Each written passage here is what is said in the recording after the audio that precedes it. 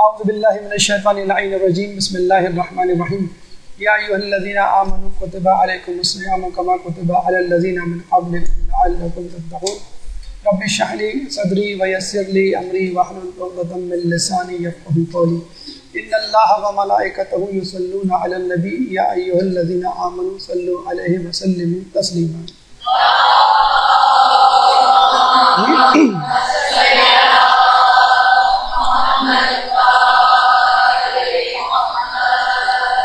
سب سے پہلے تو آپ سب لوگوں کو ماہ رمضان کی مبارکباد قبول ہو۔ یہ ماہ رمضان جو اب ہمارے درمیان آنے والا ہے، شروع ہونے والا ہے، اس رمضان سے ہر مومن کے دل کو جلا ہوتی ہے اور ہر شیطان کا دل جل کے رہ جاتا ہے، اور اس کی وجہ یہ ہے کہ شیطان پابند سلاسل ہونے جا رہا ہے اور مومن کو ایک فری ہینڈ دیا جا رہا ہے کہ میدان میں مد مقابل کوئی نہیں۔ چنانچہ ایک واک اوور ہے جو مومنین کی ٹیم کو دیا جانا ہے، بشرط یہ کہ مومنین کی ٹیم تمام رمضان اپنے قدموں پر جمی رہے، کھڑی رہے اور اس کے پائے استقامت میں کوئی لغزش نہ آئے۔ لیکن ایسا کیوں ہوتا ہے کہ ہم ہر سال رمضان گزارنے کے باوجود ویسے کے ویسے ہی رہتے ہیں جیسے رمضان سے پہلے؟ تو اس کی مثال سادہ سی یوں دی جا سکتی ہے کہ جس طرح کشتی کتنی ہی بڑی کیوں نہ ہو، فقط ایک سوراخ کافی ہوتا ہے اس کشتی کو ڈبونے کے لیے۔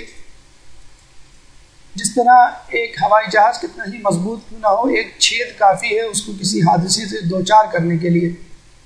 چنانچہ رمضان میں روزوں کے دوران جو غلطیاں ایک مومن دانستہ یا نادانستہ طور پہ کرتا ہے، ان غلطیوں کی وجہ سے وہ اپنے تمام روزے اور کیے کرائے پہ پانی پھیر دیتا ہے۔ آپ نے سنا ہوگا کراچی میں، پاکستان میں اگر کوئی ٹارگٹ کلنگ ہو، بم دھماکہ ہو، کوئی حادثہ ہو، تو ہوم منسٹر ٹی وی پہ آ کے جو جملہ اکثر دہراتے ہیں وہ ہے سیکیورٹی لیپس، کہ ضرور کوئی سیکیورٹی لیپس ہوا ہوگا۔ چنانچہ مومنین اکرام بھی روزہ رکھتے ہوئے یقیناً کسی سیکیورٹی لیپس کا شکار ہوتے ہیں جس کی وجہ سے ان کا روزہ سیکیورڈ نہیں ہو پاتا۔ چنانچہ انہی غلطیوں کو مد نظر رکھتے ہوئے جو کہ ہمارے لیے ایک درد سر بن چکی ہیں، اس مومن کے لیے جو تمام تر کوششوں کے باوجود اس مہینے سے استفادہ کا حق نہیں ادا کر پاتا، ان غلطیوں کو مد نظر رکھتے ہوئے یہ درس آپ کے لیے تشکیل دیا گیا ہے کہ رمضان میں کس مقام پر اور کس طرح ہم سے غلطیاں سرزد ہوتی ہیں اور اس کا حل کیا ہے۔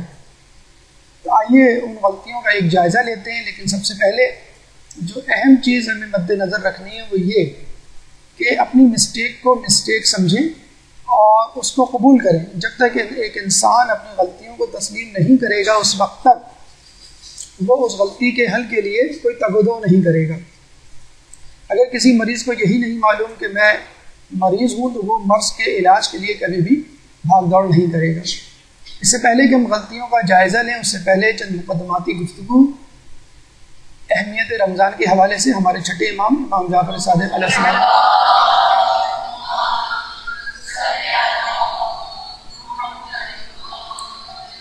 آپ فرماتے ہیں جو شخص رمضان میں نہ بخشا گیا وہ آئندہ بھی نہ بخشا جائے گا مگر یہ کہ عرفات میں حاضر ہو۔ یعنی اگر آپ کو رمضان میں فرصت نہ ملی اپنے آپ کو بخشوانے کی تو آپ کو حج کے موقع پر حاضری دینی ہوگی۔ اب آپ کے پاس دو آپشن ہیں، یا تو روزہ رکھ لیں یا تو ذی الحج کا انتظار کریں اور حج پر جائیں۔ اور اگر آپ ان دو کاموں کو کمپیئر کریں تو آپ دیکھیں گے حج پر پیسے کی ضرورت ہے جو تقریباً 3.5 سے 4 لاکھ تک جا پہنچی ہے۔ روزے میں الٹا پیسے کی بچت ہے کہ اس میں کھانا پینا کم ہو جاتا ہے۔ حج میں دوری اختیار کرنی پڑتی ہے اپنے گھر والوں سے، جبکہ روزے میں خود آپ کا باس آپ کو جلدی چھٹی دے کر گھر والوں کے ساتھ چند فرصت کے لمحات گزارنے کی آسانی فراہم کرتا ہے۔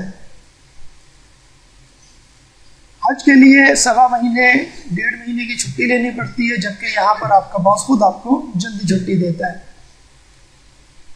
حج کے لیے سفر اختیار کرنا پڑتا ہے، خود مسائل سفر اتنے ہیں کہ وہ کسی عام انسان کے بس کی بات نہیں۔ چنانچہ حج کے لیے جو شرائط ہے اس میں ایک شرط یہ بھی ہے کہ سفر محفوظ ہو، جبکہ رمضان میں آپ کو سفر نہیں کرنا بلکہ لوگ سفر کرنے سے گریز کرتے ہیں، اور جو سفر کرتا ہے اس کے پر روزہ ثابت ہو جاتا ہے۔ حج کے لیے مسائل حج سیکھنا ضروری ہے۔ اگر کوئی غلطی ہو گئی یا خدا نخواستہ کوئی رکن ادا کرنے سے رہ گیا تو آپ کو وہ حج اے سے لے کے زیڈ تک، الف سے لے کے یہ تک دوبارہ کرنا ہے۔ حج میں آپ خدا کے مہمان ہوتے ہیں، جبکہ ماہ رمضان میں خدا آپ کے یہاں مہمان بن کر آتا ہے۔ آپ بن بلائے کسی کے مہمان بن سکتے ہیں، لیکن اگر کوئی خود آپ کے پاس مہمان آئے تو آپ کے لیے بڑی سعادت ہے۔ چنانچہ یہ فیصلہ اس وقت اور بھی آسان ہو جاتا ہے کہ جب حدیث رسول ہمارے سامنے آتی ہے کہ مومنوں کو جب دو کاموں میں اختیار کرنے کا موقع دیا جائے تو مومن کسی آسان، دو میں سے آسان کام کا انتخاب کرتا ہے۔ دوسرا اہم نقطہ یاد رکھیے کہ زندگی دو چیزوں کا نام ہے، dos and don'ts, haves and have nots, حلال اور حرام، جو کرنا ہے جو نہیں کرنا ہے۔ رمضان آپ کو ممنوعات سے بچانے کا نام ہے، اور وہ ممنوعات جو کہ عام دنوں میں جائز ہوتے ہیں، مثلا کھانا پینا جائز ہے اور ان سے اللہ تعالیٰ آپ کو روک رہا ہے۔ اب کھانے پینے سے اللہ کی رضا کا، تقوی کا کیا تعلق؟ روایات کہتی ہیں کہ بسیار خوری یعنی اوور ایٹنگ انسان کے دل کو مردہ بنا دیتی ہے، کیونکہ دل ایک کھیتی کی مانند ہے جو زیادہ کھانا اسے تباہ کر دیتا ہے۔ دیکھیے پودے کو پانی کی ضرورت ہے، پانی نہیں ملے تو وہ تباہ ہو جائے، مرجھا جائے، مر جائے، لیکن اگر پانی زیادہ مل جائے تو آپ نے دیکھا ہوگا کہ سیلاب میں کس طرح فصلیں تباہ ہو۔ اسی طرح شقی القلبی اس وقت پیدا ہوتی ہے جب آدمی کا پیٹ بھرا ہوتا ہے۔ اس کا اندازہ آپ رمضان میں آسانی سے لگا سکتے ہیں کہ افطار سے پہلے جن ہاتھوں میں تسبیح ہوتی ہے، افطار کے بعد ان ہاتھوں میں ریموٹ کنٹرول آ جاتا ہے۔ دشمن خدا ہے وہ شخص جو زیادہ کھاتا ہے اور زیادہ سوتا ہے، نماز نہ پڑھنے والا، روزہ نہ رکھنے والا، عبادات نہ کرنے والا، جھوٹ بولنے والا، غیبت کرنے والا، حرام کھانے والا اللہ کا دشمن نہیں، بلکہ وہ دشمن ہے جو زیادہ کھاتا ہے، زیادہ سوتا ہے۔ کیوں؟ حالانکہ دیکھا جائے تو زیادہ کھانا، زیادہ سونا کوئی حرام کام نہیں، لیکن حرام کی طرف آپ کو لے جاتے ہیں یہ دو کام۔ چنانچہ اللہ تعالیٰ نے ایسے لوگوں کو دشمن کہا ہے۔ بسیار خوری کی ضد یعنی گرسنگی، انڈر ایٹنگ یا کم کھانا، خدا اپنے فرشتوں کے درمیان فقر و مباحات کرتا ہے جو کم کھاتا ہے۔ کتنی بڑی عزت، کتنی بڑی ڈگنیٹی، کتنا بڑا مقام، کتنا مرتبہ، کتنا بڑا منصب آپ کو دیا جا رہا ہے فقط کم کھانے، کم سونے کی وجہ سے، کم کھانے کی وجہ سے، کہ اللہ تعالیٰ فخر کرتا ہے فرشتوں کے درمیان تو کہ دیکھو یہ وہ میرا بندہ ہے جو کم کھاتا ہے۔ اور اس سے بھی عجیب بات، اسرار الہی ان دلوں میں داخل نہیں ہوتے جن کے پیٹ بھرے ہوئے ہوتے ہیں۔ آپ دیکھ لیجئے کہ جب انسان کا پیٹ بھرا ہوتا ہے تو گناہوں کی سوچتی ہے، پیٹ خالی ہو تو خدا کی یاد آتی ہے۔ کہا جاتا ہے کہ انسان اپنی بھوک سے ایک لقمہ زیادہ کھا لے تو ائمہ کی زیارت سے محروم ہو جاتا ہے۔ تو اسرار الہی ان دلوں میں داخل نہیں ہوتے جن کے پیٹ بھرے ہوئے ہوتے۔ تو کم کھانا کتنا زیادہ اہم ہے حصول رضائے پروردگار کے لیے، اس کا اندازہ آپ کو ہو گیا ہوگا۔ اب آئیے مرغوبات کی طرف۔ اگر اللہ تعالیٰ نے بھوک اور پیاس کی صورت میں، نیند کی کمی کی صورت میں آپ کے لیے کوئی تکلیف، مصیبت رکھی ہے، اگر یہ ہے تو دوسری طرف مرغوبات بھی رکھی ہے، آسانیاں۔ حدیث میں ہے کہ تمہاری سانسیں تسبیح اور تمہارا سونا عبادت۔ آپ نے سنا ہوگا کہ لیلۃ القدر میں فقط جاگنا عبادت ہے۔ اگر آپ کچھ نہ بھی کریں اور جاگتے رہیں تو آپ کا جاگنا بھی عبادت ہے۔ کتنی بڑی بات ہے، کتنی حیرت ہوتی ہے سن کر یہ بات کہ کچھ نہ کریں اور جاگتے رہیں عبادت ہے۔ یہاں تو اس سے زیادہ حیرت ہونی چاہیے کہ آپ جاگ بھی نہیں رہے، آپ تو سو رہے ہیں غفلت میں، اس کے باوجود اللہ تعالیٰ آپ کے سونے کو عبادت شمار کر رہا ہے۔ آپ کچھ نہیں کہہ رہے، صرف سانس لے رہے ہیں، وہ آپ کی تسبیح ہے۔ اور پھر اسی رمضان میں، ماہ رمضان میں شب قدر جو ایک رات ہے لیکن 1000 مہینوں سے بہتر ہے، 83 ایئرز، مور دین 80 ایئرز، لائف ٹائم، ایک زندگی سے بھی زیادہ کے برابر عبادت کا ثواب انسان اس رات میں کما سکتا ہے۔ اور خود بندش شیطان اتنی بڑی آسانی، اتنی بڑی رعایت، اتنی بڑی کنسیشن ہے کہ انسان خوشی سے جھوم جائے کہ جس چور سے، جس ڈکیت سے، جس لٹیرے سے، جس دشمن سے مجھے خوف تھا کہ وہ میری نیکیوں کو ہڑپ کر لے گا، اچک لے گا، چوری کر لے گا، وہ دشمن موجود ہی نہیں۔ لیکن ان تمام تر فضائل کے باوجود اگر دیکھا جائے تو کچھ لوگوں کے لیے ماہ رمضان ایک عادت بن چکا ہے. میں 10 سال سے روزہ رکھ رہا ہوں, میں 50 سال سے روزہ رکھ رہا ہوں, میں 20 سال سے روزہ رکھ رہا ہوں, ایک روزہ نہیں چھوٹا. عادت بن چکی ہے روزہ رکھنا. کچھ لوگوں کے لیے ثقافت ہے, ٹی وی آن کرے لگ رہا ہے کہ رمضان نہیں بلکہ ایک کلچر ویلیو ہے جسے ہمیں مینٹین کر کے رکھنا ہے. افطار میں کھانے کیسے ہوں گے, سحری کیسے ہوگی, دن کیسے گزارنا ہے, راتوں کو شب بیداری کیسے کرنی ہے, لہو و لعب کی محفلیں جما کے. لیکن حقیقت میں کچھ لوگ جو کہ بہت کم ہیں ان کے لیے رمضان واقعی ماہ رمضان ایک عبادت کے سوا کچھ بھی نہیں. لیکن اگر آپ ہم سے پوچھیں تو رمضان ایک گھن چکر ہے. اگر آپ کو اس غیر پارلیمانی لفظ پر اعتراض ہے تو اس کو حذف کیے دیتے ہیں اور اس کا نام سرکس رکھ لیتے ہیں. کیونکہ انسان اس رمضان میں مہینے میں جوکر سے کم نہیں لگتا. خواتین صبح اٹھتی ہیں 10 مرتبہ استخارہ کرتی ہیں, کام کریں کہ نہ کریں کہ ہمارا روزہ ہے.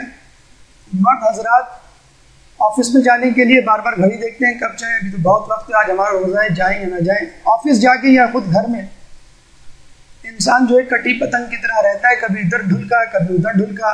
ہر چیز جو ہے, ہر شے جو ہے اس کو بستر لگتی ہے. پھر دوبارہ دوپہر میں قیلولے کا وقت آتا ہے, نام قیلولے کا ہوتا ہے, لیکن پورے 6 گھنٹے کی ڈکار لے کے نیند کی آپ اٹھتے ہیں. اور وہ بھی آپ اٹھتے کیا ہے, خدا اٹھاتا ہے آپ کو, مؤذن اذان دیتا ہے اور آپ بھاگم بھاگ افطار کے دسترخوان پر تاتاریوں کی طرح حملہ کر دیتے ہیں اور سب کچھ ہڑپ کر جاتے ہیں. وہ پیٹ جو کبھی تنکا تھا مٹکے میں تبدیل ہو جاتا ہے, اور صوفے پہ کاؤچ پوٹیٹو کی طرح جن ہاتھوں میں تسبیح تھی اب ریموٹ کنٹرول آ جاتا ہے.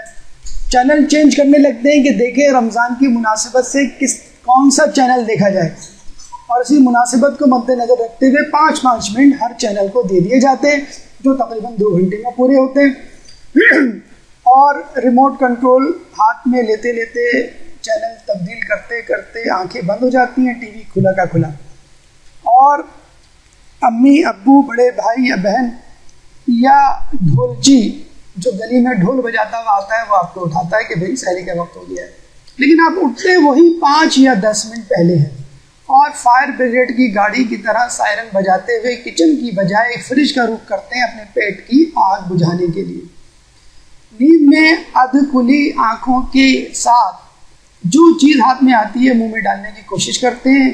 جیم کی بوتل ڈھکن کھول کے منہ میں ڈالتے ہیں تو پتہ چلتا ہے کہ کیری یعنی اچار کی بوتل ہاتھ میں آ گئی تھی. بھاگتے ہیں بیسن کی طرف, یاد آتا ہے کہ کھجلا پیری موجود ہے, چلیں اسی سے سحری کر لیں. فریج میں رکھے ہوئے دونوں تسلوں کو ہاتھ سے نکالتے ہیں تو دودھ نیچے گر کر بہرے بے قرار کی صورت اختیار کر جاتا ہے. آنکھوں میں نیند کا خمار ہو اور دل میں گھمنڈ تو انسان دودھ کو دودھ کی نہر سمجھ لگتا ہے. کہتا ہے یا خدا ابھی تو میں نے روزہ شروع بھی نہیں کیا, تو نے مجھے جنت میں پہنچا دیا, دودھ کی نہریں بہا دی. چلو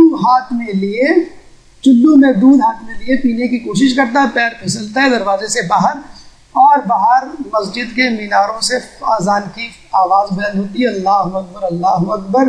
نہ کھجلا ملا, نہ پھیلی صنم, نہ ادھر کے رہے نہ ادھر کے رہے. تکیہ بغل میں دبائے بستر کی طرف روا دوا, جا اپنی حسرتوں پر آنسو بہا کے سو جا. ایک درود پڑھ دیجیے محمد والے.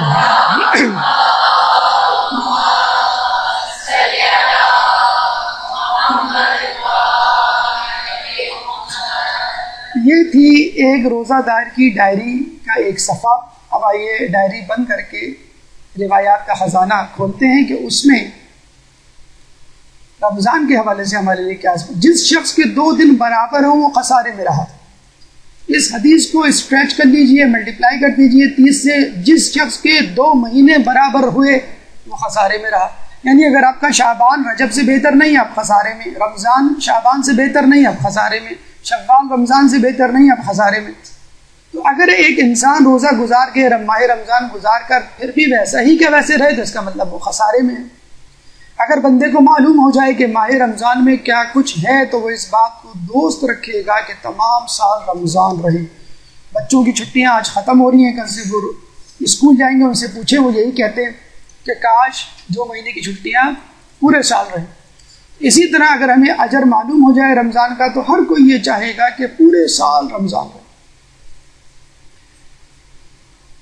رمضان کے اتنے فوائد ہیں کہ اگر وہ فوائد ہی بیان کیے جائیں تو شاید ماہ رمضان مکمل ہو جائے، فوائد پورے نہ ہوں۔ فقط 5ویں روزے کا ثواب آپ کے لیے منتخب کر کے ہم پیش کر رہے ہیں، کیونکہ یہ ٹیسٹ کانشیس لوگوں کے لیے ہے۔ ٹیسٹ کانشیس لوگوں کو اردو میں پیٹو لوگ کہتے ہیں۔ 5واں روزہ جو رکھتا ہے فقط اس کے لیے یہ ہے کہ ماہ رمضان کے 5ویں روز اللہ روزہ دار کے لیے 10 لاکھ شہر، اور ہر شہر میں 70,000 گھر، ہر گھر میں 70,000 دسترخوان، ہر دسترخوان پر 70,000 پیالے، اور ہر پیالے میں 60,000 اقسام کے کھانے، اور ہر کھانا مختلف ذائقے کا۔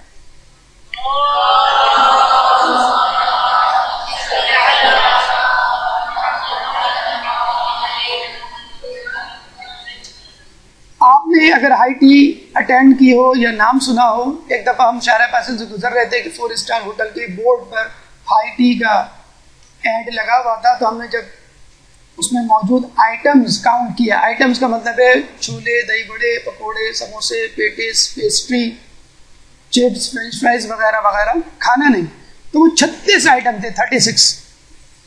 اسی طرح جو لوگ باربیکیو اٹینڈ کر چکے ہوں، بوفے اٹینڈ کر چکے ہوں، تو یہ معلوم ہوگا کہ 90 ڈشز، 100 ڈشز، 150، 200 ڈشز ہوتی ہے۔ آدمی کے لیے امیجن کرنا مشکل ہے، کنفیوز ہو جاتا ہے میں کیا کروں۔ ایسے لوگوں کے لیے اللہ تعالیٰ نے فقط 5ویں روزے میں اتنا ثواب رکھا ہے۔ تو اللہ تعالیٰ اگر بھوکا پیاسا رکھ رہا ہے تو آپ کی دلوں کی خواہشوں کو جانتا ہے کہ آپ کے کھانے کا جی چاہ رہا ہے لیکن آپ نہیں کھا رہے، بس اسی خواہش کی تکمیل، اسی خواہش کی تلافی کے لیے آپ کو وہ قیامت میں فقط 1 روزے کا اتنا ثواب دے گا۔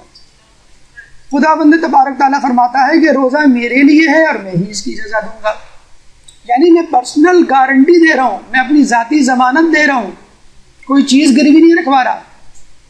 کیونکہ اگر ایک بچے کو جو 4 سال کا بچہ ہے، 3 سال کا بچہ، اس کو یہ کہیں کہ تم امتحان میں پاس ہو جاؤ تمہیں گاڑی دیں گے، وہ بیچارہ کیا سمجھے، کیا استعمال کرے گا گاڑی کو۔ اگر آپ اس کو کہیں ہم تم کو چاکلیٹ دیں گے، وہ سمجھ جائے گا۔ تو ہم بھی اس بچے کی طرح ہیں جس کو اللہ تعالیٰ بہلا رہا ہے یہ چیزیں بتلا کر، لیکن یقیناً جنت میں جا کر ہم ایسی ایسی نعمتیں دیں گے جس کو دیکھ کر انسان حیران ہو جائے گا، کہ جس کو نہ اس نے سنا ہوگا، جس کو نہ اس نے دیکھا ہوگا۔ تو جب اللہ تعالیٰ نے اتنے فائدے سے ماہ رمضان میں رکھی تو ہم کیوں نہیں سنجیدہ ہو کر بیٹھے اور سوچیں کہ وہ کون سی غلطیاں جو اس ماہ رمضان میں ہم کرتے ہیں اور جس کی وجہ سے ماہ رمضان سے مکمل استفادہ حاصل نہیں کر پاتے۔ اچھا، اس میں وہ لوگ بھی شامل ہیں جو پورے نیک نیتی سے پرخلوص ہو کر رمضان کے روزے رکھتے ہیں لیکن اس کے باوجود غلطی کر جاتے ہیں۔ مثلاً ایک اسٹوڈنٹ امتحان کی مکمل تیاری کر کے امتحان دینے جاتا ہے تو پتہ چلتا ہے وہ اپنا قلم گھر بھول گیا۔ اتنی سی غلطی اس کے امتحان میں ناکامی کا سبب بن سکتی ہے۔ اسی طرح روزے میں ہونے والی چھوٹی چھوٹی غلطیاں جو پوری نیک نیتی خلوص کے ہونے کے باوجود انسان کر جاتا ہے، اس میں انسان کو کیا کچھ نقصان برداشت کرنا پڑتا ہے، وہ یقیناً ناقابل برداشت ہے۔ آئیے ان غلطیوں کا جائزہ لیتے ہیں اور ازالہ تلاش کرتے ہیں۔ ان غلطیوں کو مرحلہ وار ہم تقسیم کیے دیتے ہیں وقت کے حساب سے۔ وہ غلطیاں جو ہم رمضان سے پہلے کرتے ہیں قبل از رمضان، وہ غلطیاں جو ہم سحری کے وقت کرتے ہیں، مثلاً سحری کی غلطیاں، وہ غلطیاں جو ہم سحری سے لے کے افطار تک کرتے ہیں۔ گفتگو کا چوتھا مرحلہ افطار کے وقت کی جانے والی غلطیاں ہیں۔ پانچواں مرحلہ وہ غلطیاں جو ہم افطار سے لے کے سحری تک کرتے ہیں، اور وہ غلطیاں جو ہم کبھی بھی کسی بھی وقت کر سکتے ہیں، یعنی وہ زمان و مکان کی محتاج نہیں۔ ساتویں اور آخری مرحلے میں وہ غلطیاں ہیں جو ہم رمضان کے فوراً بعد کرتے ہیں۔ تو یہ وہ 7 مراحل ہیں، وہ 7 مقامات ہیں، وہ 7 زمان ہیں کہ جہاں ہم غلطیاں کرتے ہیں۔ آئیے رمضان سے قبل جو غلطیاں ہم کرتے ہیں ان کا جائزہ لیتے ہیں۔ قبل از رمضان کی جانے والی غلطیاں، سب سے پہلے ایک غلطی جو انسان کرتا ہے کہ رمضان کو فوڈ میلے کے طور پر لیتا ہے۔ چنانچہ ایسے لوگوں کو چاند میں بھی برگر نظر آتا ہے۔ منصوبہ بندی کی کمی، سب سے بڑی غلطی جو رمضان سے پہلے کی جاتی ہے وہ ہے منصوبہ بندی کی کمی۔ دیکھیں، رمضان ایک بحر بے قرار ہے، اگر آپ چاہیں تو اس سمندر سے 2 گھونٹ پانی لے لیں اور چاہیں تو موتی لے لیں، یہ آپ کے اوپر ڈیپینڈ کرتا ہے آپ کا ظرف کتنا خالی اور کتنا بلند ہے۔ اس رمضان میں، بلکہ ہر رمضان میں، ماہ رمضان میں 3 قسم کے اہداف تعین کیجیے، روحانی، ذہنی، جسمانی۔ روحانی یا تقوی کا سرور، یعنی لعلکم تتقون کی منزل، آپ کو تقوی اختیار کرنا ہے، سب سے بڑا ہدف۔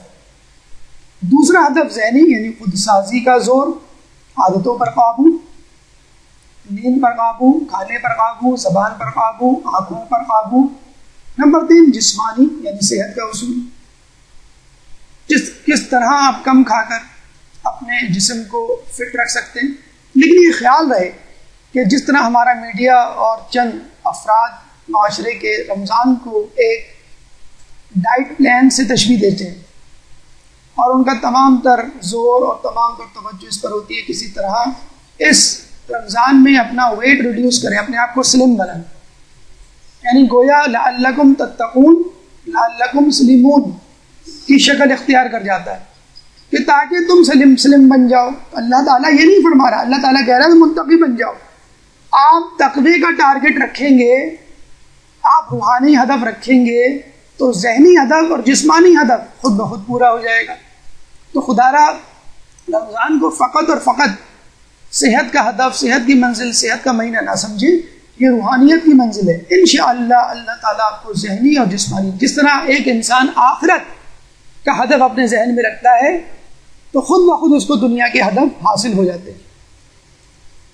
فقدان استقبال رمضان، رمضان سے فقط وہ ناراض ہوتا ہے جو شیطان ہوتا ہے۔ بڑے بے آبرو ہو کر تیرے کوچے سے ہم نکلے، یہ وہ شیطان ہے کہ جو رمضان میں 9 دو 11 ہو جاتا ہے، اور یاد رکھیے کہ جس کو انتظار نہیں ہوتا اس کو رمضان کی کوئی خوشی نہیں ہوتی، اور جس کو انتظار ہوتا ہے اس کو رمضان کی خوشی ہوتی ہے۔ بالکل ایسی مثال ہے کہ جیسے آپ کے کوئی دور کے رشتہ دار ایئرپورٹ پر 4 بجے انتظار کے لیے کھڑے ہوں اور انہوں نے آپ کو بتلا دیا ہو کہ میں آؤں گا، اور آپ ایئرپورٹ پر ان کو لینے نہ جائیں، اس کا کیا مطلب ہوگا؟ آپ کو ان کے آنے کی کوئی خوشی نہیں۔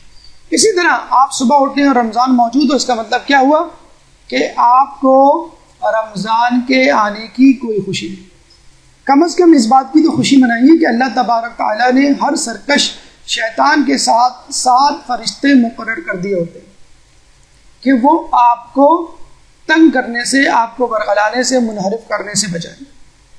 لوگ پوچھتے ہیں کہ ہم استقبال رمضان کیسے کریں؟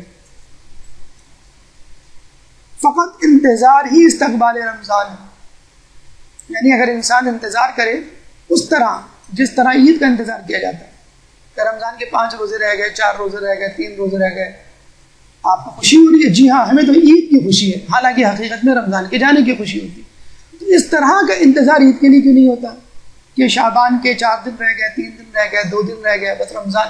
خود انتظار ایک ثواب ہے، جس طرح امام زمانہ کا انتظار خود ایک ثواب ہے۔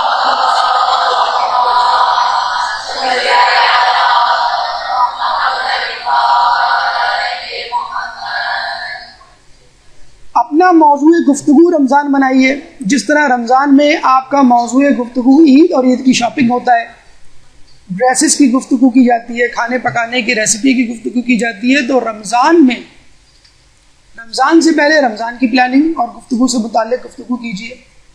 شعبان کے روزے رکھیے اور اس طرح رکھیے کہ آخری ایام کے روزے رمضان سے متصل ہو جائیں، یہی سنت نبوی ہے۔ رؤیت ہلال کے حوالے سے کہا جاتا ہے کچھ علماء کے نزدیک چاند دیکھنا واجب ہے۔ صحیفہ کاملہ میں چوتھے امام کی دعا 43، خطبہ نمبر 43، دعا نمبر 43 ضرور پڑھیے۔ استقبال رمضان کی دعا امام کی زبان مبارک سے خطبہ نمبر 44 کی صورت میں صحیفہ کاملہ میں موجود ہے۔ جو لوگ پڑھ چکے ہیں وہ دعا پڑھیں، دعا کا ترجمہ پڑھیں، اس کو سمجھیں، اس کے مفہوم کو ادراک کریں، مبارکباد دیں۔ جس طرح کے SMS آپ عید کے لیے دیتے، 10% بھی SMS رمضان کے لیے نہیں ہوتے۔ فہرست اعمال لکھیے کہ آپ کو اس رمضان میں کیا کیا کرنا ہے۔ اخلاقیات چارٹ کی صورت میں خود مدرسۃ القائم اور دیگر مدارس میں ایسے اخلاقیات چارٹ آپ کو مل جائیں گے، ان کو ٹک کیجیے، کاؤنٹ کیجیے، کیلکولیٹ کیجیے کہ آپ نے کتنی نیکیاں کی، اور انشاءاللہ اللہ تعالیٰ آپ کو کتنا اجر دے سکتا ہے یا دے گا۔ اب آئیے ان غلطیوں کی طرف جو ہم سحری کے وقت کرتے ہیں۔ کچھ لوگ کہتے ہیں کہ سر ہم سحری کی غلطیاں کر ہی نہیں سکتے، کیوں؟ ہم سحری نہیں کرتے. تو یہ سب سے بڑا نقصان ہے، اور اپنے آپ کو یہود و نصارہ کے مشابہ بنانا ہے، کیونکہ احادیث میں سحری کی بڑی تاکید آئی ہے. پہلی غلطی جو رمضان سحری کے وقت ہم سے ہوتی ہے وہ یہ ہے دیر تک سونا. ظاہر سی بات ہے، اگر آدمی دیر تک جاگے گا دیر تک سوئے گا. سب سے غیر منظم کھانا سحری کا ہوتا ہے، حالانکہ کہا یہ جاتا ہے کہ سب سے اہم کھانا یا وقت سحری کا ہے. اگر آپ سحری بہتر کریں گے تو روزہ بھی اچھا گزرے گا. جو سوتا ہے وہ کھوتا ہے. پنجابی والا نہیں، اردو والا. کیا کھوتا ہے؟ سحری کھوتا ہے، نماز شب کھوتا ہے، نماز فجر کھوتا ہے، سحر خیزی کھوتا ہے، اور اپنے کام میں وقت پر پہنچنے کو کھوتا ہے. اگر خود نہیں کھوتا ہے تو کم از کم یہ چیزیں ضرور کھوتا ہے. اب آپ دیکھیے، سحری یہ پھینی کے ٹوئن ٹاورز ہیں جو آپ کو فقط رمضان میں نظر آتے ہیں، اس کے بعد پتہ نہیں یہ کہاں چلی جاتی ہے. رسول فرماتے ہیں ہمارے اور دیگر ادیان کے درمیان فرق سحری کا ہے. یاد رکھیے کہ جب آپ کم سحری کریں گے تو آپ کی گلوکوز کی مقدار جسم میں کم ہو جائے گی، اور جب مقدار کم ہو جائے گی تو پورا دن آپ کا تکلیف میں گزرے گا. اگر آپ نے افطار کم کی تو کوئی مسئلہ نہیں، آپ کو سونا ہے، گھر میں رہنا ہے. اور اگر آپ نے سحری کم کی تو آپ چلتے چلتے گر پڑیں گے، آپ اپنا کام انجام نہیں دے سکتے. اسی طرح کچھ لوگوں نے کہا ہے کہ ناشتہ بادشاہوں کی طرح ہونا چاہیے. ایڈل ڈیوس امریکہ کی مشہور نیوٹریشنسٹ. تو کم از کم روایتوں کی طرف نہیں تو کم از کم ایک امریکی سائنٹسٹ کی طرف رخ کیجئے اور ناشتہ اس طرح کیجئے کہ کم از کم آپ کا روزہ بہت اچھی طرح گزر سکے. نماز شب ایک بہت بڑی بہت اہم عبادت جو رمضان میں بآسانی دستیاب ہے. بہانہ نماز شب کا ہوتا ہے، کرتے ہیں ہم سحری ہیں، ہدف سحری ہوتا ہے اور نماز شب چھوٹ جاتی ہے. اور ہمارے خیال میں محرم میں بھی نماز شب کے لیے اس طرح کی آسانی فراہم نہیں ہوتی، بلکہ اور ہم مشکل بنا دیتے ہیں. رات گئے تک مجالس اٹینڈ کرنا اور جس نماز کے مصائب ہم سن کر آتے ہیں اسی نماز کو قضا کرنا دن میں، کتنی بڑی بد نصیبی ہے. کم از کم رمضان میں سحری کے لیے آپ کو جاگنا ہے، اس سحری کے بہانے آپ نماز شب پڑھ لیجئے، جس کے بارے میں قرآن میں آیا ہے کہ پس کسی نفس کو نہیں معلوم ہے کہ اس کے لیے کیا کیا خلقیہ چشم کا سامان چھپا رکھا ہے جو ان کے اعمال کی جزا ہے. سورہ سجدہ آیت نمبر 17. خود امام فرماتے ہیں کہ بندہ جو بھی نیک عمل کرتا ہے اس کا ثواب قرآن مجید میں موجود ہے سوائے نماز شب کے ثواب کے. اور نماز شب کیا، کچھ لوگ تو یہاں نماز فجر قضا کر دیتے ہیں اور ان کو امی کی بجائے پھر بلی آ کے اٹھاتی ہے. سحر خیزی دیکھیں خود بڑی نعمت ہے. میڈیکل پوائنٹ آف ویو سے، ریلیجس پوائنٹ آف ویو سے آکسیجن کی مقدار کہتے ہیں میکسیمم ہوتی ہے. ویسے آکسیجن کی مقدار فضا میں 20% ہوتی ہے، اور کراچی جیسے شہر میں، پولوشن زدہ شہر میں یہ مقدار 10 سے 15% رہ جاتی ہے. کثافتیں، کراچی کی کثافتوں کو، شہروں کی کثافتوں کو، پولوشن کو کون واقف نہیں. شبنم کے سبب یہ کثافتیں زمین میں بیٹھ جاتی ہیں، فضا خوشگوار ہوتی ہے صبح کے وقت. قرآن میں ایسے وقت کو استغفار کا وقت کہا ہے، اور ایسے وقت سونا مکروہ عمل ہے. کہتے ہیں کہ امام کے ظہور کا وقت یہی صبح کا وقت ہے.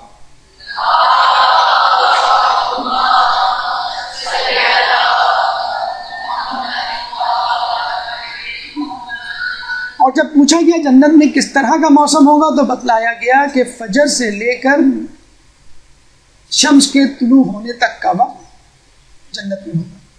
امام کے وقت کو، جنت کے وقت کو ابھی سے ٹیسٹ کرنا شروع کر دیجیے. خود صبح اٹھنا ایک گریٹ جاب ہے اور جاب میں رزق میں اضافے کا سبب ہے. صبح کے وقت سونا رزق کو روکتا ہے. حدیث رسول ہے، کہتے ہیں کہ امریکی سیلز مین سے پوچھا گیا کہ آپ کی کامیابی کا راز کیا ہے، تو اس نے کہا میں تمام امریکیوں سے 1 گھنٹہ پہلے اٹھتا ہوں. تو جو شخص 1 گھنٹہ پہلے اٹھ کر اپنی دنیا بنا سکتا ہے تو کیا ایک مومن 1 گھنٹہ پہلے اٹھ کر نماز شب پڑھ کر اپنی آخرت اور دنیا دونوں نہیں سنوار سکتا؟ اسی طرح کراچی کے کاروباری شخص کو کہا گیا کہ آپ کی کامیابی کا راز، تو انہوں نے کہا کہ میں تمام دکانداروں سے 1 گھنٹہ پہلے دکان کھولتا ہوں. تو خود اور اپنے گھر کے مردوں کو صبح اٹھنے کی، سحر خیزی کی عادت ڈلوائیے، اور یہ عادت آسانی سے رمضان میں ڈل سکتی ہے. اب آئیے سحری سے لے کے افطار کے وقت تک کیا غلطیاں ہم سرزد کرتے ہیں۔ ماہ رمضان میں شاید ہی کوئی شخص ہو جو گھڑی نہ دیکھے۔ چہرے پر 12 بج رہے ہوتے ہیں لیکن جی چاہ رہا ہوتا ہے کہ جلدی سے 7:30 بج جائیں۔ یہ انگلینڈ کے لوگ ہیں جہاں پہ روزہ 4:30 بجے 4:35 پہ ہوتا ہے۔ تو انسان کسی طرح کوشش کرتا ہے کہ بس روزے کا وقت گزر جائے اور افطار کا وقت آ جائے۔ کچھ لوگ تو بستر لے کے گھومتے، میں منجی کتے ڈھاواں، کہ میں کب کہاں کس جگہ اپنا بستر جو ہے ڈالوں اور سوؤں۔ سستی کا ورلڈ کپ ہو رہا ہوتا ہے، ایسے لوگوں کے لیے عرض ہے جنگ بدر، جنگ خبر، فتح مکہ اسی مہینے میں ہوئے۔ یعنی یوں سمجھ لیجیے ہر شخص سو رہا ہوتا ہے اور 1 2 3 کیا جاتا ہے، اس کے بعد جو سب سے دیر میں اٹھتا ہے وہ جیت جاتا ہے۔ ہر کسی کی یہی کوشش ہوتی ہے کہ آدمی سب سے دیر میں اٹھے۔ آرام طلبی سے گریز کیجیے، جس طرح شعبان اور دیگر ایام آپ نے گزارے ہیں اسی طرح ماہ رمضان بھی گزاریے، یہی اصل روزہ ہے۔ اور اگر آپ کو واقعی تھکن اور نیند کا سامنا ہے تو سیدھے طریقے سے، اسلامی طریقے سے سنت نبوی ادا کرتے ہوئے قیلولہ کیجیے، جو میڈیکل پوائنٹ آف ویو سے بھی بالکل صحت کے لیے مفید ہے۔ اور اگر جاگے بھی ہوتے ہیں تو غصہ کر رہے ہوتے ہیں، پوچھا جائے کیوں تو بتلایا جاتا ہے کہ ہمارا روزہ ہے۔ دیکھیں غصہ جو ہے وہ پاگل پن کا دورہ ہے روایت کے مطابق، کیونکہ انسان بعد میں ندامت محسوس کرتا ہے۔ اگر وہ ندامت محسوس نہ کرے تو اس کا مطلب اس کا پاگل پن مستقل ہو چکا ہے۔ خدا کہتا ہے لعلکم تتقون، تاکہ تم پرہیزگار بن جاؤ۔ اور ہمارا کیا مسئلہ ہے؟ ہم غصے کا اظہار کرتے ہیں، بتانے کے لیے ہمارا روزہ ہے۔ حالانکہ روزہ اگر ہے تو آپ غصہ نہیں کریں گے، اور اگر روزہ نہیں ہے تو آپ غصہ کریں گے۔ تو غصے میں تو روزے میں غصہ رفو چکر ہو جانا چاہیے، بجائے اس کے کہ وہ آپ کے اوپر طاری ہو۔ اور ایک اور بات یاد رکھیے، جو لوگ سحری سے پرہیز کرتے ہیں ان کے جسم میں، ان کے برین میں گلوکوز کی کمی ہو جاتی ہے، اور یہی گلوکوز کی کمی اریٹیشن، چڑچڑاہٹ کا سبب بنتی ہے۔ اور کچھ لوگ کھانا پینا تو بند کرتے ہیں لیکن گناہوں کا تسلسل جاری رکھتے ہیں۔ روایتوں میں آیا ہے کہ رمضان کو رمضان کہا ہی اس لیے جاتا ہے کہ یہ لفظ رمز سے نکلا ہے، اور رمز کا مطلب ہے جلا ڈالنا۔ تو یہ مہینہ گناہوں کو جلا ڈالتا ہے۔ مولا کو نصیحت کرتے ہوئے رسول اللہ فرماتے ہیں، اے ابو الحسن، اس مہینے میں سب سے افضل عمل اللہ تبارک تعالیٰ کی حرام کردہ چیزوں سے دور رہنا ہے۔ کھانا پینا، ترک کرنا روزہ نہیں ہے، اصل روزہ ہے گناہوں سے اپنے آپ کو دور رکھنا۔ اور کس کو فرما رہے ہیں؟ مولا علی کو۔ تو پھر ہم مومنین کو کس حد تک شدت سے گناہوں سے دور رہنے پر مصر ہونا چاہیے۔ دیکھیے یاد رکھیے، سب سے بہترین روزہ وہ ہے کہ جس میں گناہ تو دور کی بات، دل میں کوئی فاسد خیالات بھی نہ آئے۔ دل کا روزہ زبان کے روزے سے اور زبان کا روزہ پیٹ کے روزے سے بہتر ہے۔ یعنی عام لوگوں کا روزہ کیا ہے کہ وہ کھانے پینے سے پرہیز کریں، یہ تو منیمم ریکوائرمنٹ ہے روزے کی، 50% پاسنگ مارکس۔ خواص کا روزہ کیا ہے؟ وہ گناہوں سے پرہیز کریں۔ اگر آپ نے کھانے پینے سے بھی پرہیز کیا، گناہوں سے بھی پرہیز کیا، تو آپ گڈ سے بیٹر ہو گئے۔ اور اگر آپ بیسٹ کا درجہ حاصل کرنا چاہتے ہیں تو اپنے دل میں آنے والے خیالات سے بھی گریز کریں۔ عید آئے گی تو میں یہ کروں گی، عید آئے گی تو میں یہ کروں گا۔ یعنی جو گناہ آپ نہیں کر رہے، نہیں کر پا رہے یا شرما رہے، ان گناہوں کو آپ نے چیک لسٹ میں لکھ لیا ہے کہ عید کے بعد، رمضان کے بعد کروں گا۔ یاد رکھیے کہ دل میں نیکیوں کے پھول، نیکیوں کے گلاب اس وقت تک نہیں کھل سکتے جب تک آپ دل میں موجود گناہوں کو جلا نہ ڈالیں۔ اور اس کے باوجود گناہوں کا تسلسل جاری رہا تو یو آر دا لوزر۔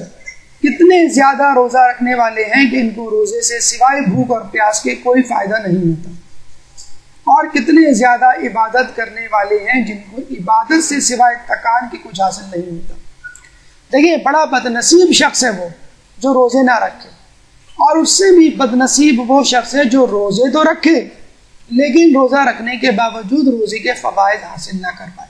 مثلا جو روزہ رکھنے کے باوجود غیبت کر رہا ہے، جھوٹ بول رہا ہے، حرام کھا رہا ہے، نظروں کو حرام چیزوں کو دیکھنے سے نہیں بچا رہا ہے، کانوں کو حرام چیزوں کے سننے سے نہیں بچا رہا ہے، تو یہ سب سے بدنصیب ہے کہ تو نے روزہ ہی کیوں رکھا۔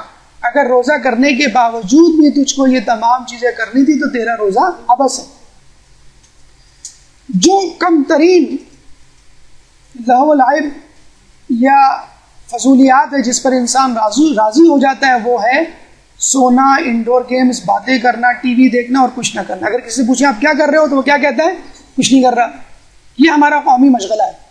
کیا کر رہے ہو؟ کچھ نہیں کر رہا. ارے بھائی کچھ تو کرو، پڑھو لکھو، عبادت کرو. نہیں کچھ نہیں کر رہا. اچھا بھائی کھیل لو. نہیں کھیلنا بھی نہیں ہے. تو پتہ نہیں وہ کیا سوچ رہے ہوتے ہیں، پاکستان بنا رہے ہوتے ہیں، کیا کر رہے ہوتے ہیں. بہرحال بڑے بوڑھے بھی اس گیم میں شریک ہو جاتے ہیں. تو بچپن میں کھیلے جانے والے تمام انڈور گیمز ان کو یاد آ رہے ہوتے ہیں. تو رمضان میں ایک ہی صف میں کھڑے ہو گئے، محمود ایاز والا معاملہ ہوتا ہے کہ بڑے بوڑھے بچے سب ایک ہی جگہ بیٹھ کے لوڈو اور اونو کھیل رہے ہوتے ہیں. پاکستان کو یو این او نے ڈبویا اور ہم کو اونو میں، دونوں یو این او سے لکھے جاتے ہیں. حل کیا ہے؟ دروس سنیے. ماشاءاللہ اب آپ کے دروس بھی ایسے انٹرسٹنگ ہو گئے، میں سمجھتا ہوں کہ آپ اس کو سن کر سوئیں گے نہیں، حالانکہ کچھ لوگ ابھی بھی سو رہے ہیں. مطالعہ کریں. اگر یہ بھی مشکل لگ رہا ہے تو اسلامی فلمیں دیکھیے، انجوائے کیجیے. اتنا ہی ایڈونچر اور اتنا ہی انٹرسٹ آپ کو نظر آئے گا جس طرح ہالی ووڈ اور بالی ووڈ کی فلموں میں ہے، لیکن آپ کے ایمان میں اضافے کا، آپ کی معلومات میں اضافے کا سبب بھی بنے گا.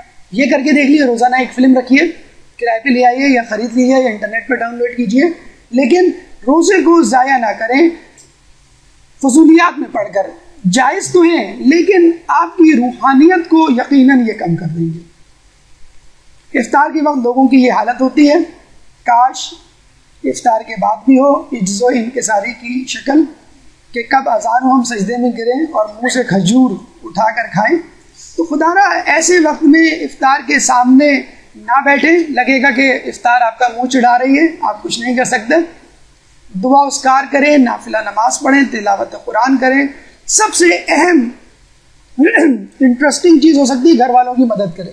مرد حضرات سے دست بستہ گزارش ہے کہ اپنی خواتین کے کاموں میں ان کی افطاری کو ہیلپ آؤٹ کریں، کوآپریٹ کریں، کیونکہ گھر کے کاموں میں مدد دینا 1000 حج، 1000 عمرہ، 1000 بیماروں کی تیمارداری، 1000 نافلہ نمازوں سے بہتر ہے.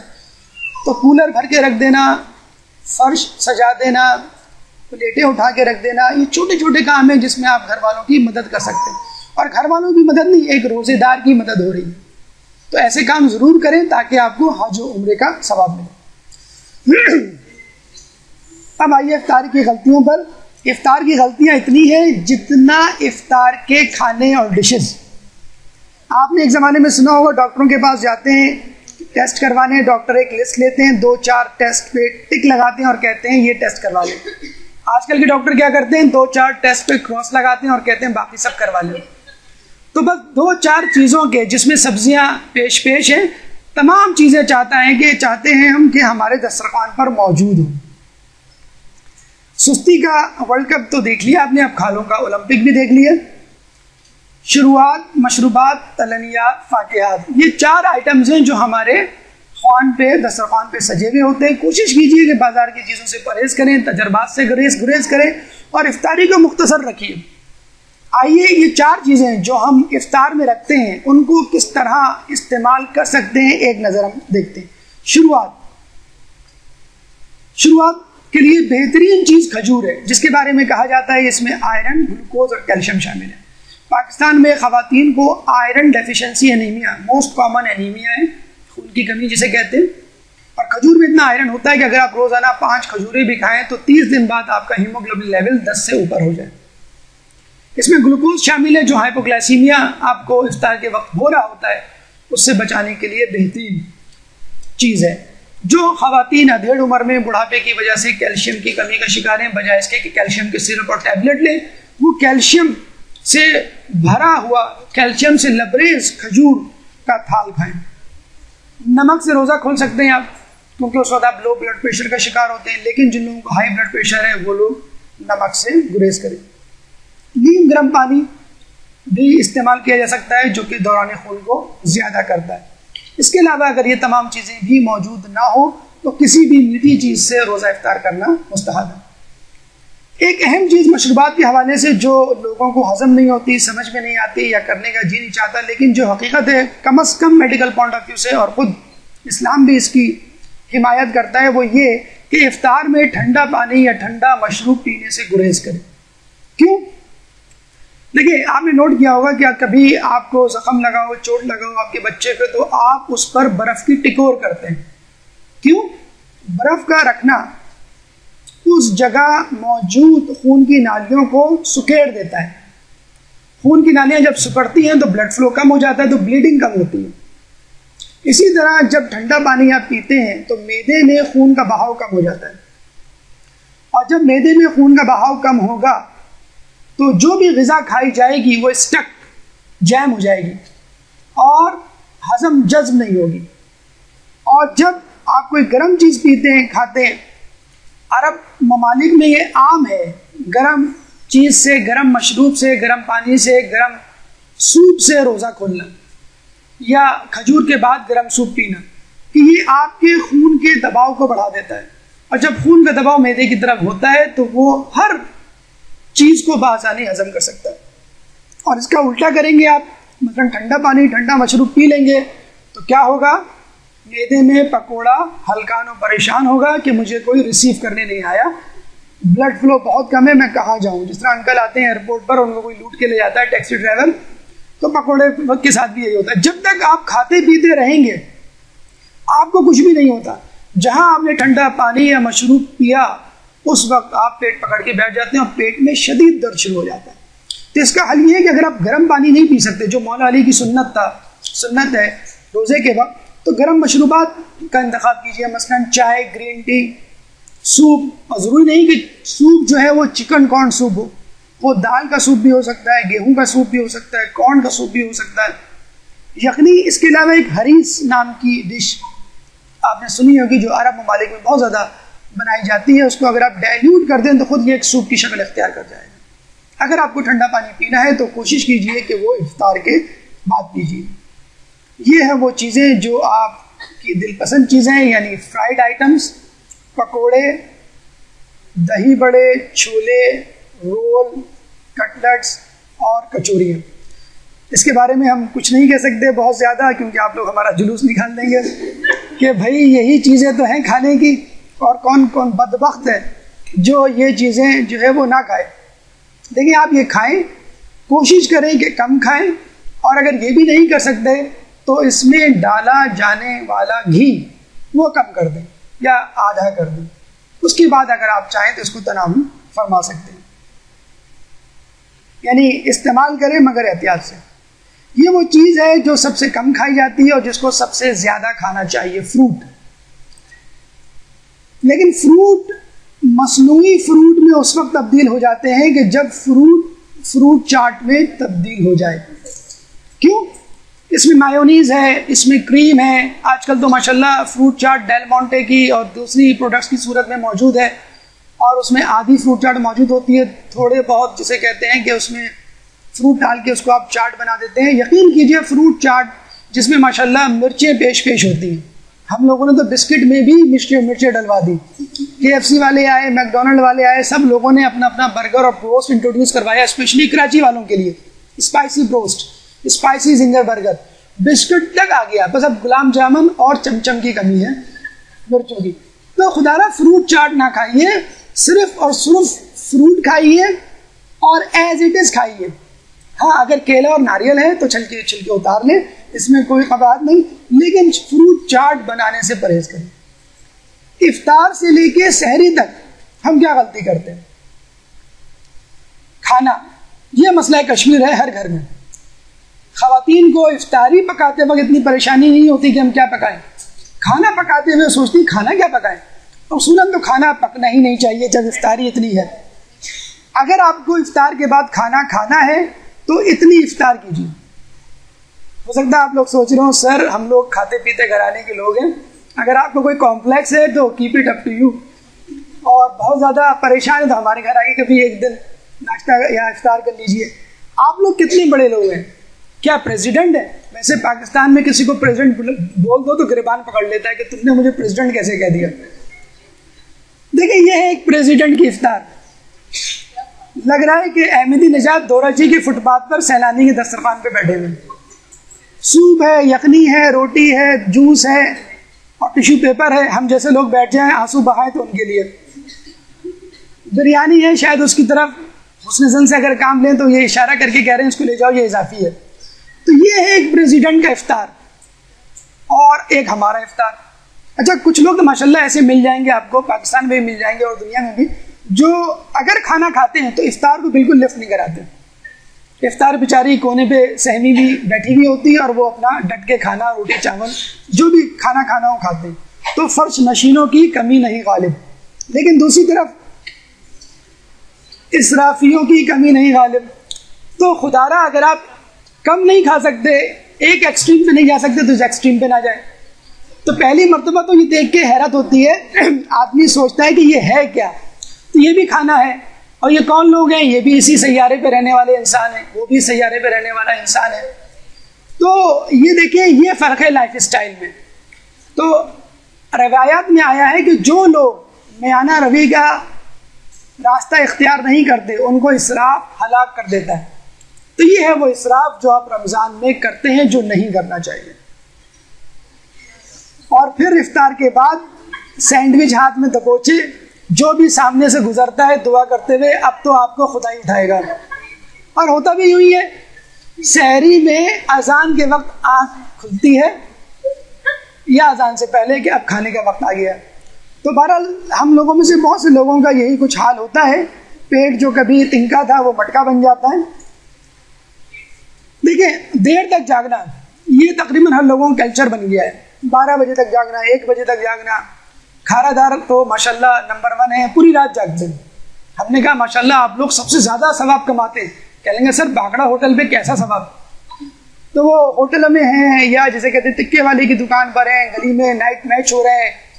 مطلب لڑکوں نے بھی نائٹ میچ جو ہے وہ گلیوں میں کھیلنا شروع کر دیا ہے اور رات گئے تک، اور صبح جو ہے وہ آپ سو رہے ہوتے ہیں. سعودی عرب اگر کسی کا جانا ہو عرب کنٹریز تو اس نے دیکھا ہوگا وہاں پہ لوگ رات بھر جاگتے ہیں، رات بھر شاپنگ سینٹر کھلے رہتے ہیں اور دن بھر سو رہے ہوتے ہیں. مجھے بتائیے اگر آپ فجر سے لے کے مغرب تک سوتے رہیں، روزہ تو ہو جائے گا آپ کا، تو کیا آپ کو وہ ثواب ملے گا؟ لعلکم تتقون کی منزل. تو آپ کا جو لائف اسٹائل ہے اگر یہی ہے تو ٹھیک ہے آپ یہی رکھیے. بہت ہی کوئی بیوقوف ہوگا جو اس طرح کا لائف اسٹائل رکھے، لیکن رمضان میں آپ یہ لائف اسٹائل کیوں اڈاپٹ کر دیں؟ ٹھیک ہے تھوڑی بہت تھکن بھوک کی وجہ سے نیند آ جاتی ہے وہ ضرور لیجیے، لیکن مسلسل آرام کرنا اور بالکل اپنے آپ کو اپ سائڈ ڈاؤن کر لینا. ایران میں ہم نے سنا ہے کہ رمضان میں فجر سے آفس کھل جاتے ہیں اور ظہر میں لوگ گھر چلے جاتے ہیں. یہ ہے لائف اسٹائل بہتر، بجائے اس کے کہ آپ عرب کنٹریز کی طرح رات بھر جاگیں اور دن بھر سوئیں. قرآن پڑھیے، اگر آپ کو جاگنا ہے تو کوئی بہتر کام کیجیے. قرآن پڑھیے، مطالعہ کیجیے، دروس میں شرکت کیجیے، راؤنڈ ٹیبل یا اس قسم کی جو بھی دینی محافل ہوتی ہے. اگر جاگنا ہے تو خدا را ان کاموں میں حصہ لے کر جائیے تاکہ آپ کو کوئی جاگنے کا ثواب بھی ملے. لیکن پھر ہوتا کیا ہے، 1 1:30 2 بجے تک جاگتے ہیں اور ایک آنکھ کھلی رکھ کے بستر پہ چلے جاتے ہیں، ایک آنکھ سے سوتے ہیں ایک آنکھ سے جاگتے ہیں کہ پتہ نہیں کب سحری ہو جائے. تو باقیہ رات 2 گھنٹے 2.5 گھنٹے جو بچتے ہیں وہ بھی آپ کے جو ہے وہ جاگنے کی نظر ہو جاتی ہے. اور جب عین سحری کا وقت آتا ہے تو انسان سو جاتا ہے، اور آپ کو پہلے بتایا جا چکا ہے جو سوتا ہے وہ کھوتا ہے. خواتین کے حوالے سے ہمیں ایک بہت بڑی شکایت ہے شاپنگ کے حوالے سے کہ خواتین کے لیے رمضان شاپنگ کا مہینہ ہے. شہر رمضان الذی شہر شاپنگ. تو بازار کے حوالے سے احادیث میں کیا آیا ہے؟ بازار زمین کے بدترین ٹکڑے اور شیطان کے میدان ہیں. اچھا ایک جگہ اللہم انی اعوذ بک من الفتنۃ النساء کی بھی دعا ہے کہ اللہ مجھے عورتوں کے فتنے سے بچا. اچھا ہم یہ بتا دیں آپ جیسی عورتوں کے لیے نہیں ہے، ان عورتوں کے لیے جو واقعی فتنہ ہے، بے پردہ ہیں، بے حجاب ہیں، فتنہ پرور ہیں. اب آپ خود اندازہ لگا لیجئے کہ فتنہ پرور عورت، بے حجاب عورت دنیا میں خدا کے بدترین ٹھکانوں میں ایک ٹھکانے پہ بیٹھی ہو، چل پھر رہی ہو، تو وہ کتنا فتنہ برپا کرے گی. اسی لیے جو لوگ صبح روزہ رکھتے ہیں، رات کو شاپنگ سینٹر میں گزارتے ہیں، کسی بھی روحانیت کا جسے کہتے ہیں کہ اثر ان پہ نہیں ہوتا.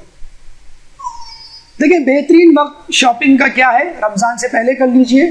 رمضان سے پہلے، رمضان تک شاپ کیپرز کو ہدایت ہوتی ہے کہ عید پہ جو لوگ شاپنگ کے لیے آئیں گے ان کے لیے فریش مال رکھنا ہے. اس لیے پرانا اسٹاک رمضان سے پہلے ختم کرنا ہوتا ہے اگر آپ کو یقین نہیں ہے تو طارق روڈ اور بہادر آباد، کلفٹن اور حیدری کی مارکیٹوں کو دیکھ ڈالیے، اس وقت ہر جگہ سیل لگی ہوئی ہے جو پہلی رمضان تک رہے گی، اس کے بعد رمضان کا عید کا اسٹاک آ جائے گا، سیل نہیں لے۔ بہترین وقت ہے رمضان سے پہلے عید کی شاپنگ۔ نہیں کر سکتے تو رمضان میں کیجیے، لیکن دن کے وقت کیجیے، اور دن میں بھی بہترین وقت افطار سے پہلے کا ہے۔ ایک آدھ دن 2 دن نکال لیجیے رمضان میں، اگر آپ نے نہیں کی ہے رمضان میں، رمضان کے آنے تک شاپنگ، کیونکہ اس وقت بھوک دکانداروں کی عروج پر ہوتی ہے اور وہ تقوی کے اعلیٰ درجوں پر ہوتے ہیں، چنانچہ جھوٹ اور حرام کمائی سے عموماً لوگ پرہیز کرتے ہیں۔ شاپنگ سینٹر اور دکانیں خالی ہوتی ہیں، بڑا آسانی آپ جسے کہتے ہیں وہاں پر شاپنگ کر سکتی ہے، ورنہ رات میں مردوں کے شانہ بشانہ شاپنگ کرنی پڑ جاتی ہے۔ اگر آپ کو بازار، اچھا پہلے زمانے میں آپ نے سنا ہوگا ایسے 10-20 سال ایسے شاپنگ سینٹرز آپ کو پاکستان سے باہر نظر آتے تھے، لیکن یہ دونوں شاپنگ سینٹر جو ہے ان کی شکلیں جو آپ کو نظر آ رہی ہیں وہ کراچی میں پاکستان میں موجود ہیں۔ ڈولمن سینٹر ہے، دا فورم ہے، میکرو کا جو جنرل اسٹور ہے، اس طرح کے دیگر دکانیں جو ہیں، دا پوائنٹ ہے، یہ تمام جو شاپنگ سینٹر بڑے بڑے جو ایک زمانے میں دبئی میں، یورپ میں ہوا کرتے، اس طرح کے شاپنگ سینٹر جہاں کھل گئے، جہاں پہ صرف ونڈو شاپنگ، یعنی فقط جا کے چل کر واپس آ جانا، یہی خود لوگوں کے لیے ایک تفریح ہوتی ہے۔ اگر آپ جائیں، اس کے لیے کہا گیا ہے کہ بازار غلطی اور غفلت کا مقام ہوتے ہیں، لہذا جو شخص وہاں ایک مرتبہ خدا کی تسبیح کرتا ہے، اللہ اس کے لیے 10 لاکھ نیکیاں لکھ دیتا ہے۔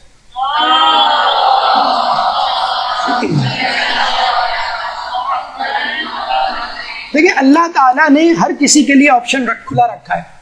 اگر آپ کو مجبوری ہے جانے کی تو کم از کم یہ کام کیجیے کہ اپنی زبان پر ذکر الہی رکھیے۔ 10 لاکھ ٹائم، 1 ملین ٹائم زیادہ ثواب ملے گا آپ کو۔ اب آئیے متفرق غلطیوں کی طرف جو رمضان میں کرتے ہیں، جو کسی زمان و مکان کی محتاج نہیں، کبھی بھی کسی وقت بھی کر سکتے ہیں۔ دیکھیے رمضان کیا ہے، روزہ کیا ہے؟ بھوکا رہنا نفس کو قابو رکھنے اور عادتوں کو توڑنے میں بہترین معاون ہوتا ہے، مولا کی روایت ہے۔ اور یاد کیجیے، اگر ویکیپیڈیا پہ اگر آپ جائیں تو آپ دیکھیں گی کہ عادتوں کے حوالے سے ویکیپیڈیا پہ لکھا ہوا ہے کہ عادتیں 21 سے 30 روزے کے 21 سے 30 دنوں میں پیدا ہوتی ہیں۔ اور آپ دیکھ لیجیے ہمارا رمضان، ماہ رمضان 21ویں روزے کو پیک پر ہوتا ہے، شب قدر، مولا کی شہادت اور آخری اشرا، تینوں 21 رمضان میں۔ اور اگر 21 رمضان میں عادت پہ کنٹرول نہیں ہوا تو کم از کم 29-30 رمضان میں ہو جاتا ہے۔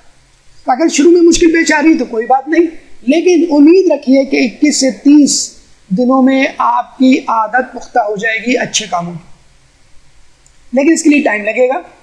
ایک بچے نے دادا جان کو پیزا دیا، دادا جان نے پیزا کھایا، تھوک دیا، یہ کیسا کھانا ہے، یہ کیسا پیزا؟ تو بچے نے کہا دادا جان پیزا کا ٹیسٹ ڈیولپ ہوتے ہوتے ٹائم لگے گا۔ تو آپ کا بھی ٹیسٹ ڈیولپ ہوتے ہوتے نماز شب کا، نافلہ کا، مستحبات کا، اذکار کا ٹائم لگے گا۔ اس کو ٹائم دیجئے، عادتوں کو ڈیولپ ہونے میں ٹائم لگتا ہے۔ لیکن کچھ بد نصیب ایسے بھی ہوتے ہیں جو اپنی 100ویں سالگرہ جو ہے اس پہ جلائی جانے والی موم بتی سے اپنی سگریٹ جلاتے ہیں۔ ایسے مناظر پاکستان میں تو نہیں ہیں، لیکن قریب شاید نظر آ جائیں۔ لیکن کم از کم ہمارے یہاں کی بڑی بوڑھیاں جو ہے پان اسی طرح کھاتی ہیں، اپنی 100ویں سالگرہ پہ وہ پان کھاتے ہوئے آپ کو نظر آئیں گے، تمام نہیں لیکن چند۔ سگریٹ کے حوالے سے یاد رکھیے 200 کینسر کے مادے اس میں موجود ہیں۔ شیشہ جو ایک ماڈرن حقے کی شکل ہے، 1 گھنٹہ اگر آپ شیشہ پیئیں تو 100 سگریٹوں کے برابر ہے۔ پان حلق کا کینسر کرتا ہے۔ ابھی بات ہو رہی تھی، کسی نے کہا سگریٹ جو ہے وہ گیس کو دور کرتا ہے، اور پان جو ہے وہ غالباً کوئی بات بتائی تھی، ہمیں خود بھی نہیں یاد رہی، حیرت بھی ہوئی کہ سگریٹ اور پان کو لوگ جو ہے وہ پازیٹیو لیتے ہیں اور کہتے ہیں کہ یہ انسان کے صحت کے لیے بہتر ہے۔ تو شراب بھی پیجیے، شراب بھی بہتر ہے، لیکن کم پیجیے، زیادہ پئیں گے تو صحت خراب ہو جائے گی۔ تو خود قرآن میں ہے کہ اس کا نقصان اس کے فائدے پر غالب ہے، اسی لیے منع کی گئی ہے۔ گٹکا، میم پوری، ماننگ چند عجیب و غریب لوگوں نے نام رکھ لیے ہیں، اور منہ میں کچھ نہ کچھ ہونا چاہیے، یا تو زبان چلتی رہے، مطلب اگر کسی کی زبان نہ چلے تو سمجھ لیجیے منہ میں گٹکا یا پان موجود ہے۔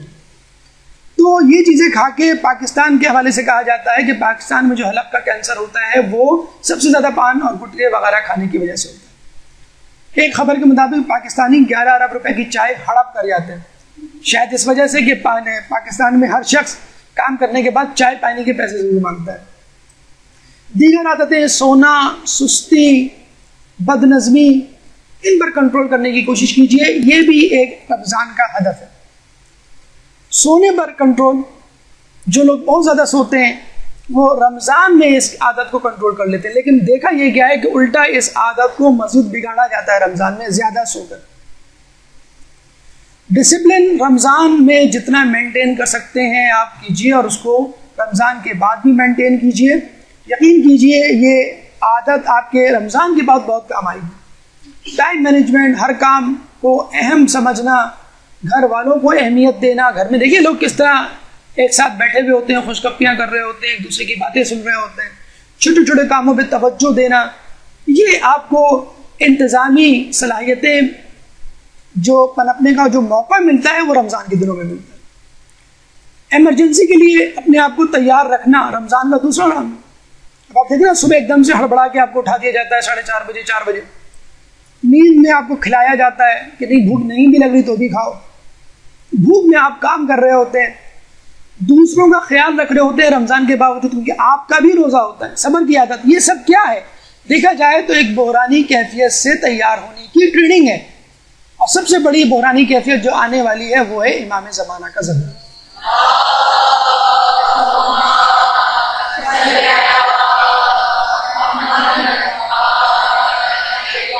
تو 100 باتوں کی ایک بات، نفس کی مخالفت سب سے بڑا بحران ہے جس سے آپ کو نمٹنا ہے. رمضان کے بعد بھی اس کو جاری رکھیے. لوگ عموماً قرآن کی طرف توجہ نہیں دیتے. نہ صرف قرآن بلکہ توریت، انجیل، زبور بترتیب 6، 12 اور 18 رمضان کو نازل ہوئی. ایک آیت کو پڑھنے کا ثواب ایک قرآن کے برابر ہے. نہ صرف قرآن پڑھیے قرأت کے ساتھ، اچھی قرأت کے ساتھ، بلکہ ترجمے، تفسیر، تجوید اور حفظ کے ساتھ. کوشش کیجیے اس رمضان میں چند اضافی آیات یاد کریں. تفسیر پر توجہ دیجیے، غور کیجیے قرآن کی آیاتوں پر. اور یہ وہ مہینہ ہے جس کے بعد شاید آپ کو قرآن سے لگاؤ کا موقع نہ ملے. مستحبات جو آپ نے اس رمضان میں شروع کیے، مثلا صدقہ دینا، اذکار، دعائیں، تلاوت قرآن، نافلہ نمازیں، جو مستحبات آپ نے جاری کیے ہیں ان کو جاری رکھیے رمضان کے بعد. بعد از رمضان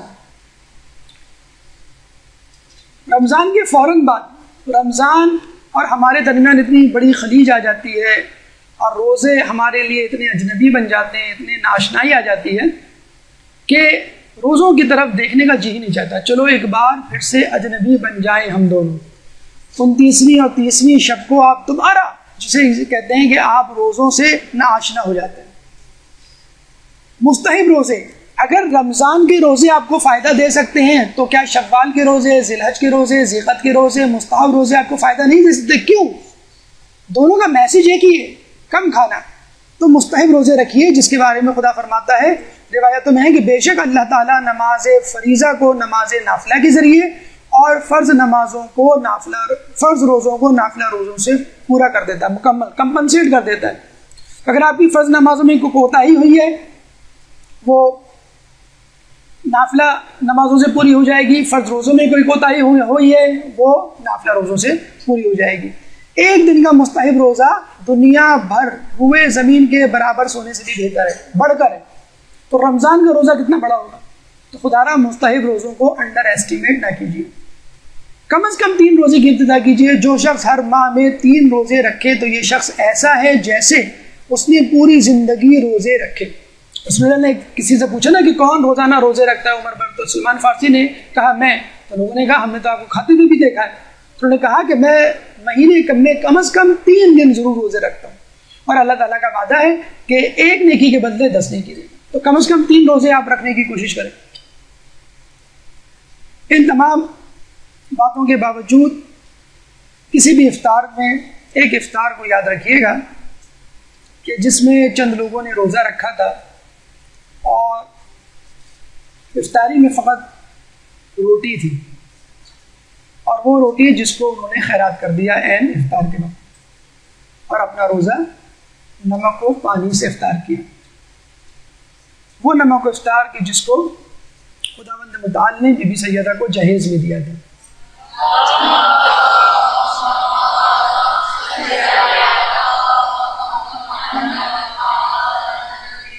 لیکن یہ نمک و افطار، نمک و پانی بی بی سیدہ نے اپنی امت کو بخش دیا، لیکن اس کے باوجود امت نے نمک کھانے کے باوجود نمک حرامی نہ چھوڑی، اور لوگوں نے پانی کے دریا سے بہتی گنگا سمجھ کر اس میں ہاتھ بھی دھوئے، لیکن حسین کو پیاسا میدان کربلا میں شہادت کے لیے چھوڑ دیا۔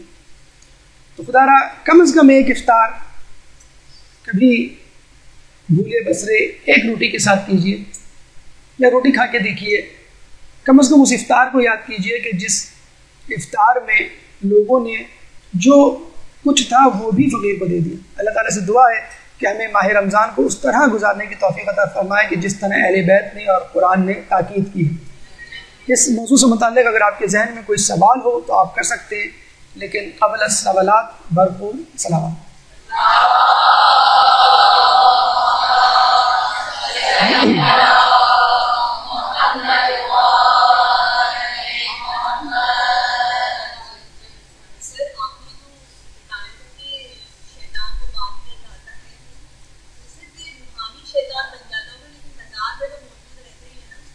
کہاں رہتا ہے موجود؟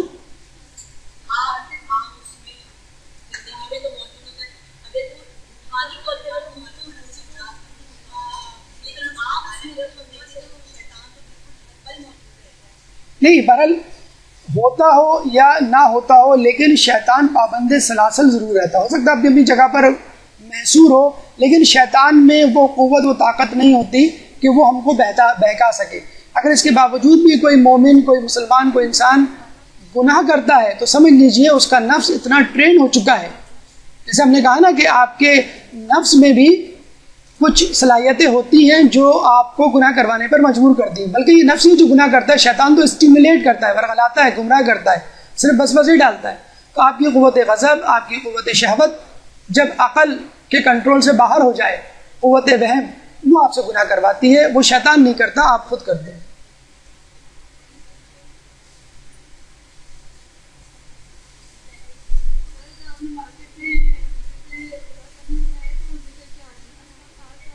کوئی بھی ذکر کیجیے، کوئی خاص ذکر کا تذکرہ نہیں ہے روایت میں، کوئی بھی نہیں اس حوالے سے، اس روایت کے حوالے سے، ورنہ تو بہت سارے ہیں، جیسے تسبیحات اربع ہے، اس کے بارے میں بڑی تاکید ہے، استغفار ہے، صلوات ہے۔ جی، اللہ تعالیٰ سے دعا ہے کہ جو کچھ پڑھا اور سنا اس پہ عمل کرنے کی توفیق عطا فرمائے، امام کے ظہور میں تعجیل فرمائے، اور ہمیں امام کے سپاہیوں میں شامل فرمائے۔ وآخر دعوانا